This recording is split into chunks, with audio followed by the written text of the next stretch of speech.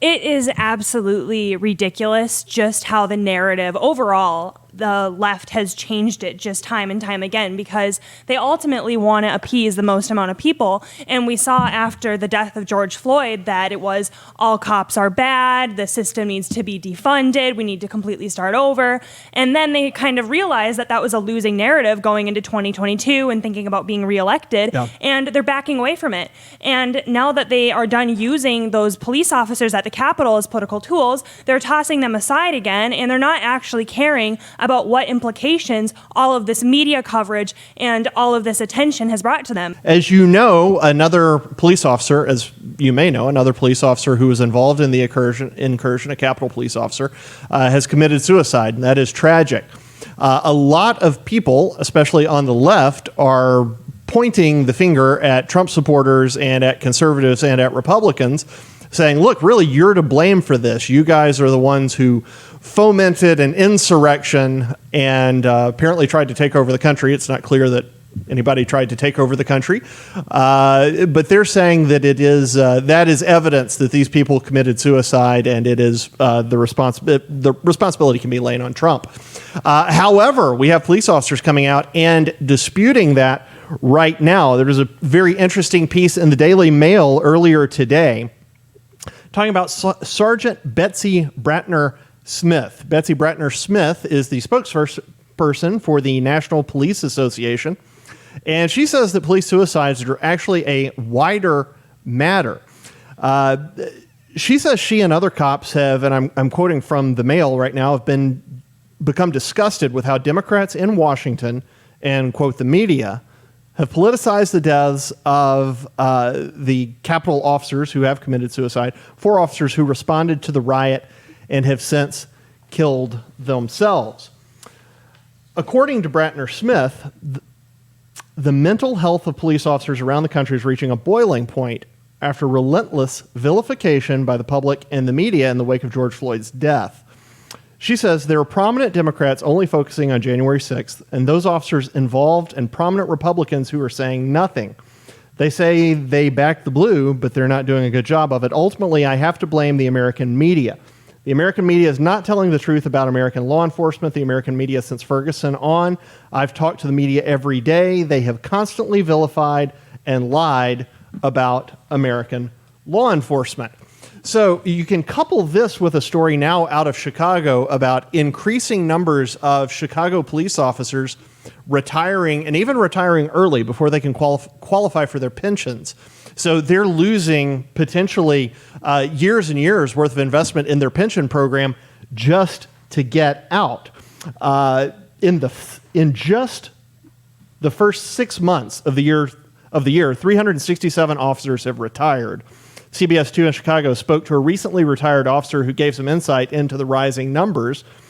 That officer said, people see us as the enemy, and we're not. All we're doing is trying to help the people of the community, the city of Chicago.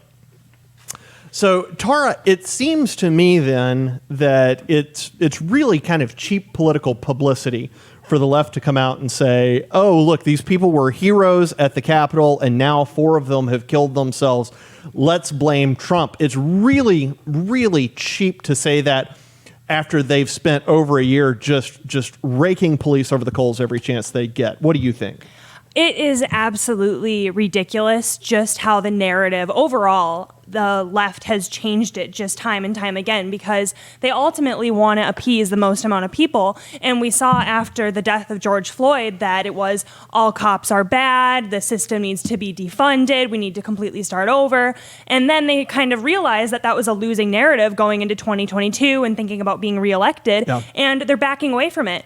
And now that they are done using those police officers at the Capitol as political tools, they're tossing them aside again, and they're not actually caring about what implications all of this media coverage and all of this attention has brought to them. Because I assure you that those officers were not expecting to become centerpieces at this media firestorm. Yeah. Cameron, you've been arrested at the Capitol several times in the past. Not really. But Cameron, we spent a lot of time talking about this. What is your take on the media's assessment of these suicides? Well, it's a tough time to be a cop in America right now. And I think what the media did kind of starting last summer was they validated, whether intentionally or not intentionally, the most extreme solutions to policing and criminal justice reform that were out there. Now, there were a lot of people who were saying, let's reform the system. Let's not tear down the system and build up some social justice buzzword type of police force. That's what not what the majority of people were saying, but the media was complicit in equipping the most extreme voices and validating what they were saying. Now, I'll say this too, is that we're going to start seeing issues, and we're already seeing it in major cities where the crime is rising, and there is nobody that actually wants to step up to the plate because they're so concerned about actually going into the own community that they serve. We saw this in Portland. They recreated their gun violence prevention team. They rebranded it to make it seem something more left friendly, and only 4 out of the 14 slots needed have actually been filled because no one in that police department wants to do that job. So what we're going to be seeing is we're going to see a lot of kind of the center left who kind of went along and validated a lot of what their more extreme people were saying. We're going to see them eating a lot of crow come 2022, come 2024, when we're seeing high rising crime in places like Portland and New York and Chicago, where we're seeing the consequences of what defunding, not reforming, what full on defunding and vilifying the police does.